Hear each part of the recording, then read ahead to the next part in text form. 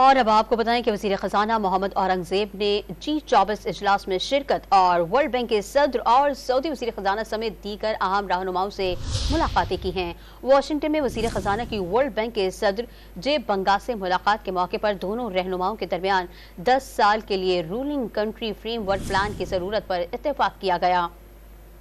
عالمی بینک کے صدر نے پاکستانی معیشت کے استحکام اور ٹیکس بڑھانے کے پروگراموں کی بھی حمایت کی۔ وزیر خزانہ محمد اورنگزیب نے سعودی ہم منصب محمد الجدعان سے بھی ملاقات کی، جس میں دو طرفہ تعاون اور شراکت داری کو بڑھانے پر اتفاق کیا گیا۔ وزیر خزانہ نے G24 کے وزرائے خزانہ اور مرکزی بینک کے گورنرز کے اجلاس میں بھی شرکت کی، جہاں انہوں نے نجی شعبے میں مزید سرمایہ کاری لانے اور ملک کو موسمیاتی تبدیلی کے منفی اثرات سے نمٹنے میں مدد کے لیے ایڈپٹیشن فنڈ سے فائدہ اٹھانے کی ضرورت پر زور دیا۔